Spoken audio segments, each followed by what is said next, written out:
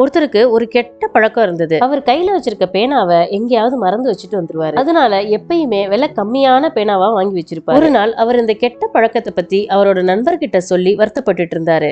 இதை கேட்ட அவரோட நண்பரோ மறுநாள் 22 கேரட் தங்கத்தினால ஆன ஒரு பேனாவை இவருக்கு பரிசா கொடுத்தது மட்டும் இல்லாம, இதை நீ பத்திரமா வச்சுக்கோ, எனக்கு அவசரமா வெளியூருக்கு போக வேண்டிய வேலை இருக்கு, 6 மாசம் கழிச்சுதான் வருவேன், வந்து நான் உன்ன பாக்குறேன் அப்படின்னு சொல்லிட்டு போயிட்டாரு. 6 மாசம் கழிச்சு வந்தோடனே அவரோட நண்பரை பார்த்து, என்னப்பா பேனா பத்திரமா இருக்கா இல்லையா அப்படின்னு கேட்டிருக்காரு. அதுக்கு அவரோட நண்பரோ, நான் முன்னாடி இருக்கிறத விட நிறைய மாறிட்டேன், பேனா என்கிட்ட ரொம்பவே பத்திரமா இருக்கு, எங்க போனாலும் என்ன பண்ணாலும் பேனால மட்டும் இல்ல என்னோட பொருட்கள் எல்லாத்துலயுமே நான் ரொம்ப கவனமா இருக்கேன் இப்போ அப்படின்னு சொல்லியிருக்காரு. இதை கேட்ட அவரோ சிரிச்சுக்கிட்டே, இவ்வளவுதான், நம்ம வாழ்க்கையில மதிப்பா நினைக்கிற ஒவ்வொரு விஷயத்தையும் நம்ம பத்திரமா வச்சுப்போம். அது விலை உயர்ந்ததா இருந்தாலும் விலை கம்மியா இருந்தாலும் அதோட மதிப்பை நம்ம தெரிஞ்சுக்கிட்டோம்னா எப்பயுமே அது மேல கவனமா தான் இருப்போம் அப்படின்னு சொல்லிட்டு கிளம்பிட்டாரு.